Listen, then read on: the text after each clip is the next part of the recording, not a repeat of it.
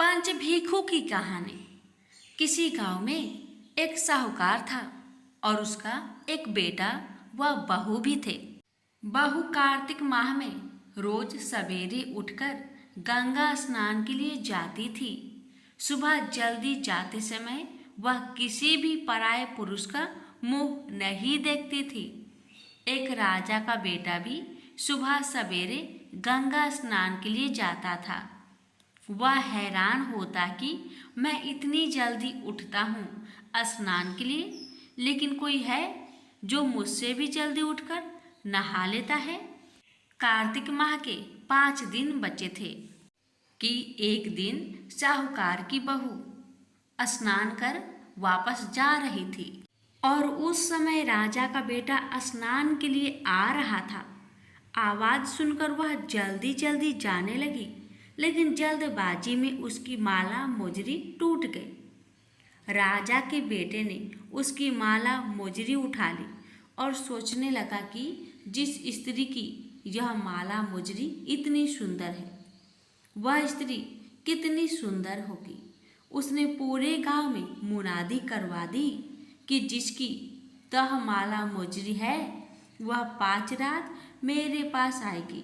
साहूकार की बेटे की बहू ने कहला दिया कि मैं 5 रात आऊंगी, लेकिन किसी को साक भरने बैठा देना। राजा के बेटे ने एक तोते को पिंजरे में बंद कर गंगा किनारे पेड़ पर टांग दिया।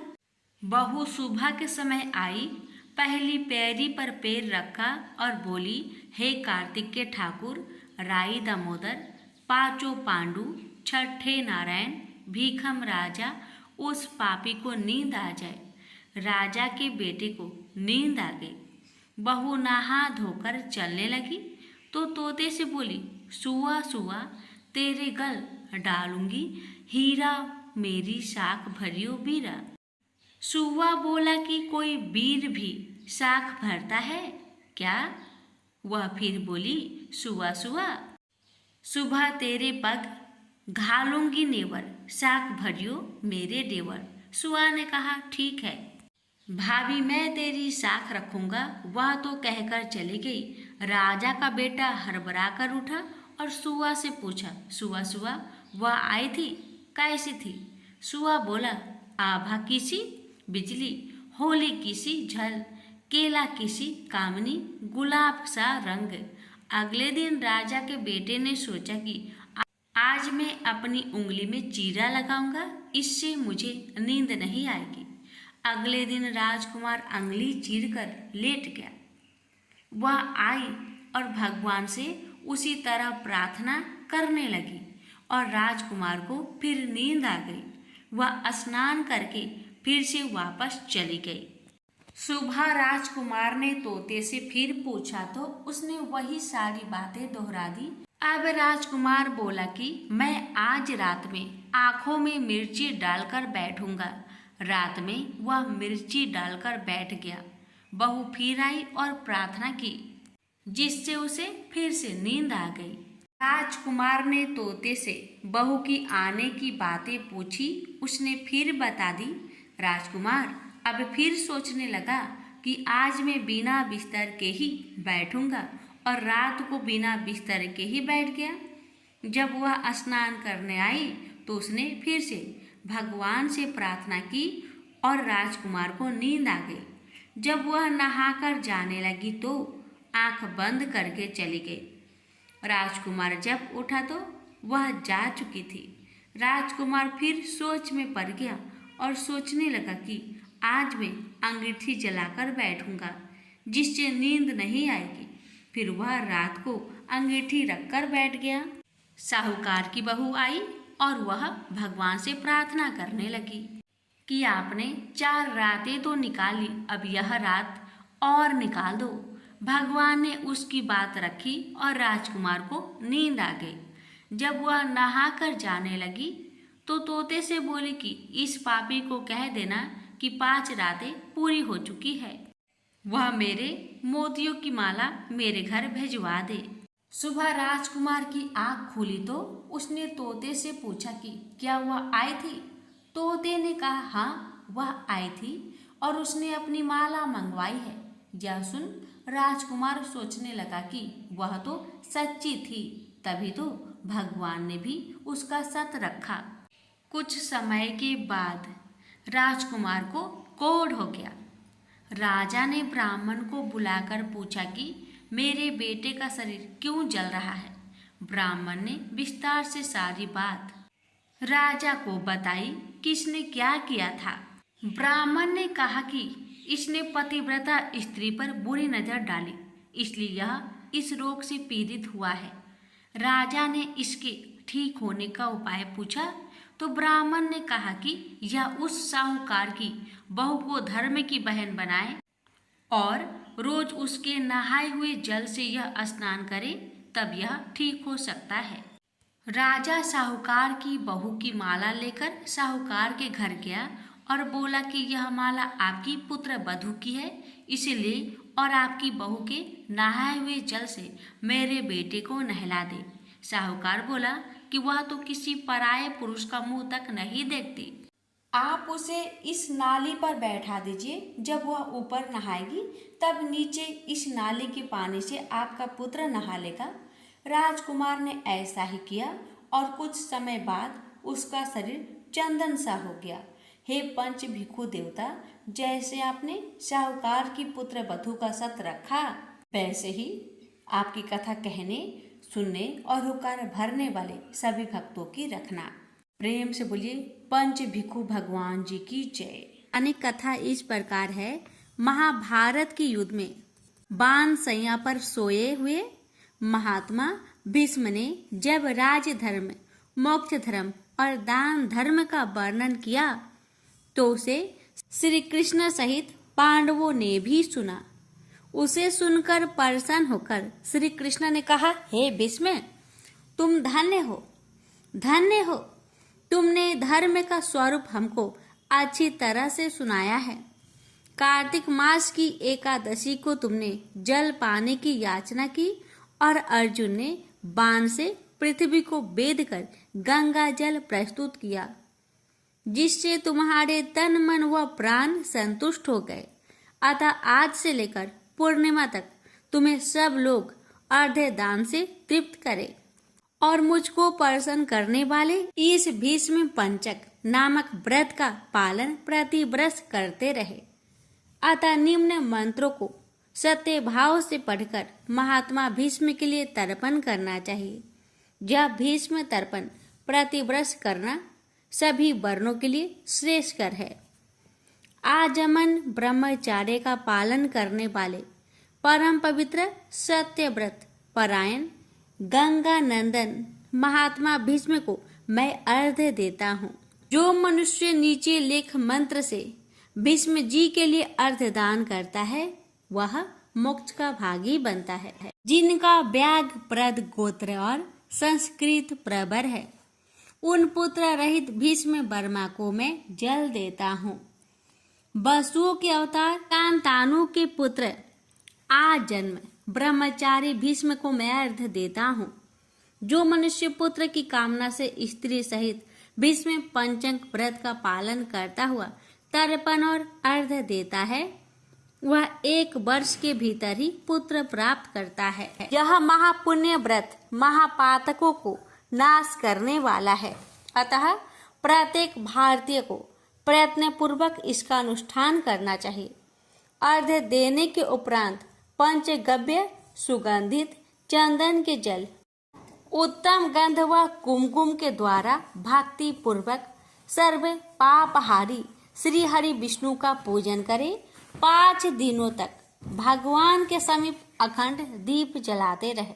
देवाधिदेव भगवान के लिए उत्तम नैवेद्य निवेदन करें। पूजा अर्चना और ध्यान नमस्कार के पश्चात ओम नमो भगवते वासुदेवाय इस मंत्र का 108 बार जाप करें। प्रतिदिन प्रातः व सायं संध्या वंदन करके पूर्वतः 108 बार मंत्र का जप करके भूमि पर शयन करे। बुद्धिमान पुरुष ब्रह्मचार्य का पालन करते हुए पाप पूर्ण विचार मन में ना लाए। शाकाहार करे अथवा मुनियों से प्राप्त अन्न से निर्वाह करते हुए सदा विष्णु पूजन में तत्पर रहे। विधवाओं को मोक्ष सुख की कामना से यह व्रत करना चाहिए। पूर्णमासी आने पर ब्राह्मणों को भोजन कराए और बछड़े सहित गौ का दान करे। इस प्रकार भली भांति विधि विधान से व्रत का समापन करे। एकादशी से लेकर पूर्णिमा तक 5 दिनों का भीष्म पंचंग व्रत समस्त भूमंडल में प्रसिद्ध है। अन्न ग्रहण करने वाले के लिए यह व्रत नहीं है, क्योंकि इन 5 दिनों में अन्न का निषेध है। इस व्रत का पालन करने से भगवान विष्णु सदैव शुभ फल प्रदान करते हैं। पद्म पुराण में भी भीष्म पंचंग व्रत की महिमा का उल्लेख है। एकादशी से लेकर पूर्णिमा तक लगातार 5 दिनों में भगवान के समीप रात दिन दीपक जलाए रखे। प्रतिदिन 108 बार ओम नमो भगवते वासुदेवाय मंत्र का जाप करें। प्रतिदिन सायंकाल में संध्या पासना करके जप करते हुए व्रत पालन पूर्वक पृथ्वी पर शयन करें। एकादशी से भगवान विष्णु का पूजन करके उपवास रखे। फिर द्वादशी को व्रती पुरुष भूमि पर बैठकर मंत्रोच्चारण के साथ गोमूत्र का पान करे। त्रयोदशी को दूध पीकर रहे। चतुर्दशी को दही का भोजन करे। इस प्रकार से शरीर की शुद्धि के लिए 4 दिनों तक व्रत करके 5वें दिन स्नान के पश्चात भगवान केशव की पूजा करे और भक्ति भाव से ब्राह्मणों को भोजन कराकर उन्हें दक्षिणा दे। शाकाहार से निर्वाह करते हुए श्री कृष्ण के पूजन में संलग्न रहे। इसके बाद रात्रि में पंचगव्य पान करके पीछे अन्न ग्रहण करे। इस प्रकार भली भांति करने से मनुष्य शास्त्रोक्त फल का भागी होता है। इस भीष्म पंचंग व्रत का अनुष्ठान करने से प्राणी परम पद को प्राप्त करता है। यह आरोग्य और पुत्र प्रदान करने वाला तथा महापातकों को नाश करने वाला व्रत पद्म पुराण में बताया गया है। प्रेम से बोलिए विष्णु भगवान जी की जय। एक समय राजा परीक्षित ने महात्मा व्यास जी से पूछा, हे भगवान, हमें कार्तिक मास की कथा आपने सुनाई, लेकिन एकादशी से लेकर पूर्णिमा तक इन 5 दिनों को भीष्म पंचंग के नाम से क्यों कहा जाता है? इस संबंध में हम जानना चाहते हैं। और इन 5 दिनों के व्रत करने वाले को क्या लाभ होता है? महात्मा व्यास जी ने कहा, हे परीक्षित सुनो। कुछ समय पहले कानपुर में बहुत ही निर्धन सोमेश्वर नाम का ब्राह्मण रहता था। उसका शरीर बहुत ही कमजोर था, परंतु वह भगवान विष्णु का भक्त था। कार्तिक मास में वह रोज गंगा स्नान करता और भगवान विष्णु का पूजन करता। पर एक दिन वह शरीर से पीड़ित होते हुए भी गंगा स्नान करने गया, पर उससे घाटों की सीढ़ियां उतरी नहीं जाती थी। किसी तरह वह उतरकर गंगा जी तक पहुंच ही गया और गंगा स्नान कर वहीं पर बैठकर संध्या पासना करने लगा। वहीं पर वृद्ध ब्राह्मण के रूप में भगवान अपने भक्त पर कृपा करने के लिए बैठे हुए थे। भगवान ने ब्राह्मण को बड़े कष्ट में देखकर उनसे पूछा, हे ब्राह्मण, तुम्हारी स्थिति तो स्नान करने की भी नहीं है, फिर भी तुम ऐसी अवस्था में स्नान के लिए आए हो, कहो क्या चाहते हो? ऐसे वचन सुनकर वृद्ध ब्राह्मण ने कहा, हे भगवान, मैं बहुत गरीब ब्राह्मण हूँ, इसी से लोगों में अपमानित हूँ और तकलीफ पाता हूँ। इस कारण मैं हमेशा परेशान रहता हूँ। यदि आप कोई उपाय बता सकते हो तो मैं आपकी अपने ऊपर दया समझूंगा। ब्राह्मण के ऐसे वचन को सुनकर भगवान रूपी ब्राह्मण ने कहा, हे ब्राह्मण सुनो, यह कार्तिक का महीना चल रहा है। इसमें शुक्ल पक्ष की एकादशी से लेकर पूर्णिमा तक जो यह 5 दिन है, इनको भीष्म पंचंग के नाम से पुकारा जाता है। 5 दिनों में तुम गंगा के पुत्र महात्मा भीष्म को जलदान दो और गंध, अक्षत, पुष्प से उनका पूजन करो और भगवान विष्णु की पूजा तुलसी पुष्प आदि से करो।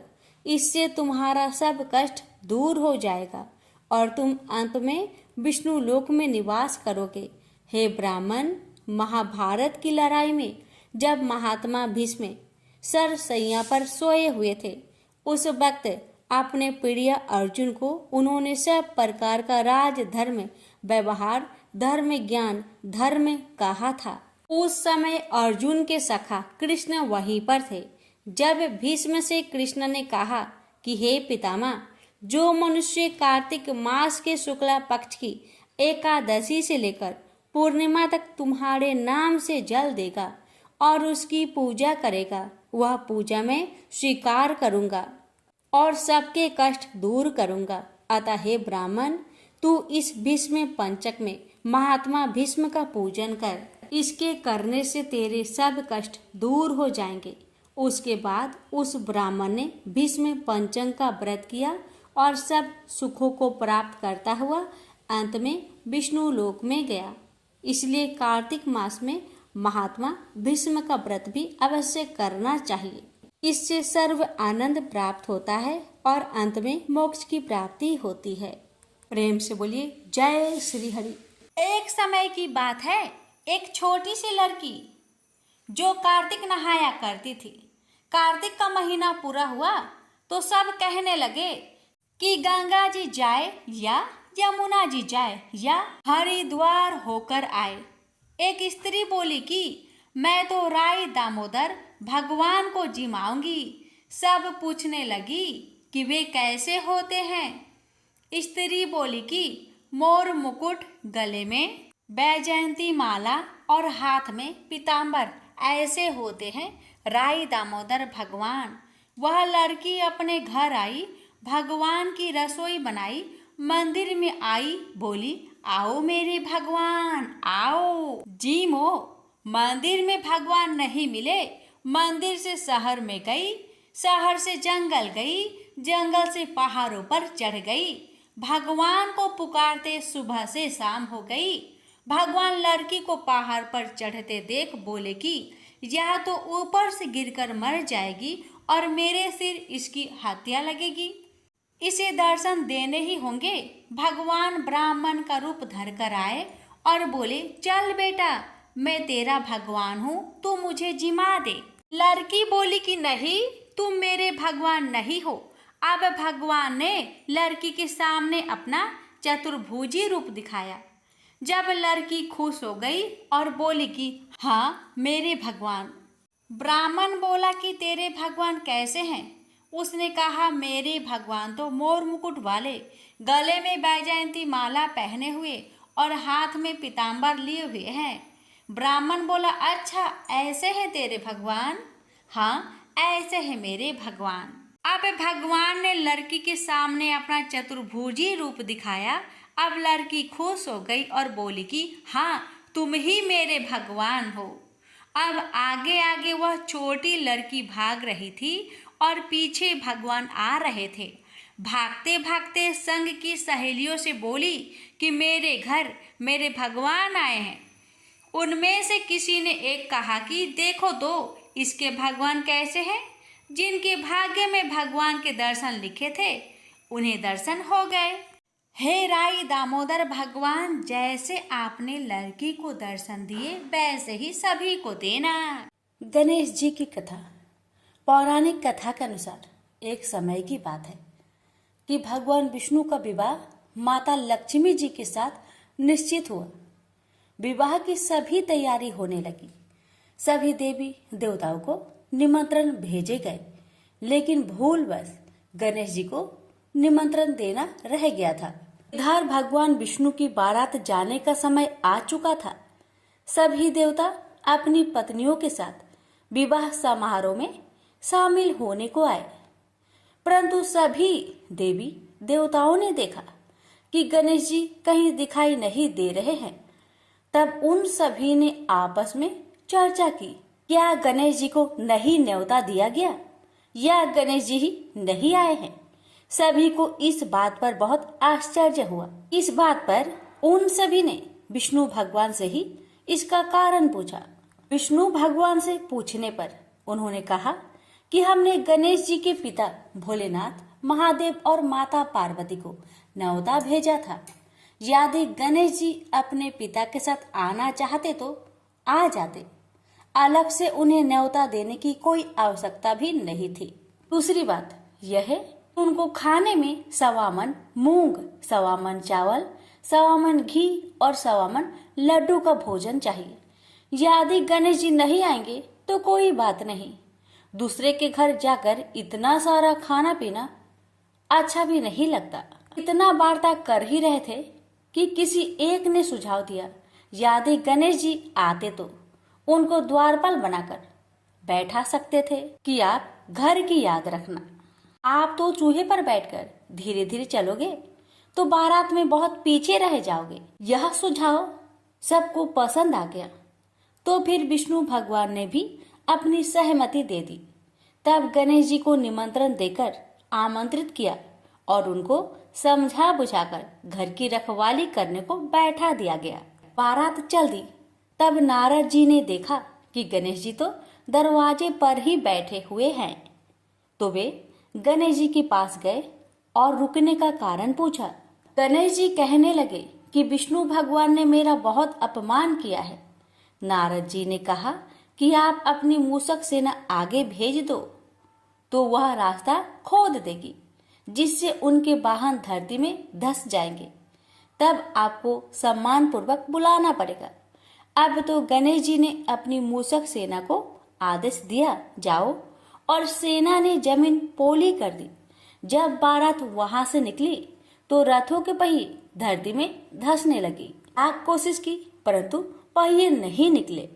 सभी ने अपने अपने उपाय किए परंतु पहिए तो नहीं निकले, बल्कि जगह जगह से टूटने लगे। किसी को समझ में नहीं आ रहा था कि अब क्या किया जाए।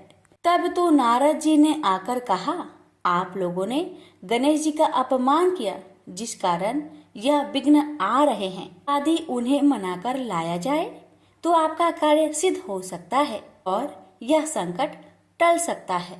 शंकर भगवान ने अपने दूत नंदी को भेजा और वे गणेश जी को लेकर आए। गणेश जी का आदर सम्मान के साथ पूजन किया गया। फिर रथ के पहिए निकलने लगे और यह संकट टल गया। अब रथ के पहिए निकल तो गए परंतु वे टूट फूट गए थे, तो उन्हें सुधारे कौन। पास के खेत में एक खाती काम कर रहा था। उसे बुलाया गया। खाती अपना कार्य करने से पहले श्री गणेशाय नमः कहकर गणेश जी की वंदना मन ही मन करने लगा। देखते ही देखते खाती ने सभी पहियों को ठीक कर दिया।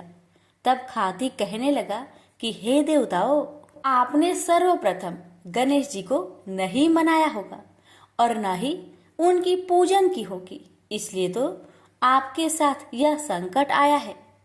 मैं तो मूर्ख अज्ञानी हूँ, फिर भी पहले गणेश जी को पूजते हैं, उनका ध्यान करते हैं। आप लोग तो देवगण हैं, फिर भी आप गणेश जी को कैसे भूल गए। अब आप लोग भगवान श्री गणेश जी की जय बोलकर जाए तो आपके सब काम बन जाएंगे और कोई संकट भी नहीं आएगा। ऐसा कहते हुए बारात वहां से चल दी और विष्णु भगवान का लक्ष्मी जी के साथ विवाह संपन्न करा के सभी सकुशल घर लौट आए। हे गणेश जी महाराज, आपने विष्णु को जैसा कारज सरियो ऐसा कारज सबको सिद्ध करिजो। बोलिए गजानन भगवान की जय।